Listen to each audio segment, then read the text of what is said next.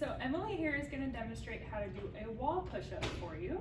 So what she's going to do is put her hands up on the wall about shoulder width apart. You don't want to go out too wide or too narrow. And then what she's going to do is make sure that her body stays in one line. So she's going to hug her core in, and then she's going to bend her elbows slowly as she comes towards the wall. Perfect. Good. So that's the standard wall push-up, and the way to make it easier is to bring your feet closer towards the wall.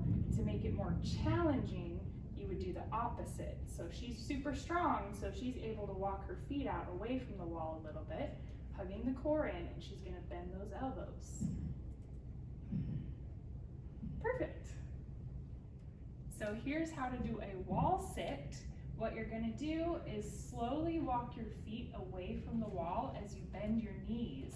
So your bum is going to sink down towards the floor, but you just want to be careful with this one not to go down too low to where you can't get back up. So if you're feeling a little bit concerned about doing this position, make sure you have a chair nearby that's out of your way that you can use to help push yourself up if you get a little bit stuck. She's really strong, so she's hugging her core in, and she's just going to sit and stay like that until she feels like she can't sit there any longer.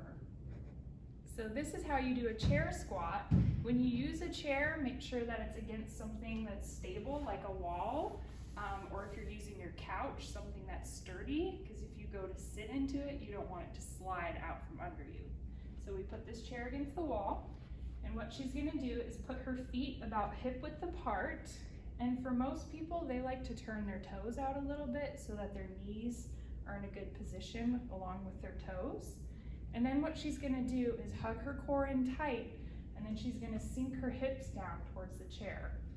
Okay, and she's really strong, so she can bring her bum all the way down to the chair easily, but you can just do a little mini squat too if it feels like that's too low for you. So this is how you do a tricep dip using a countertop at home. What you'll do is put your hands behind you, about shoulder width apart, and just be aware if you have any shoulder troubles. If this bothers you, just don't do it, or you can adjust your feet to make it where it's not pulling on your shoulder or your chest in a funny way. So what you'll do is make sure your feet are hip width apart, and then what she's going to do is slightly bend her elbows down as she hinges her hips towards the floor. Perfect. And she wants to make sure she keeps her chest open and her chin parallel to the floor. And you only go as low as is comfortable. So this is how you do a goal post. This is a really good stretch and a range of motion exercise for your shoulders. So what she's going to do is bring her arms up to a 90-degree angle at her sides.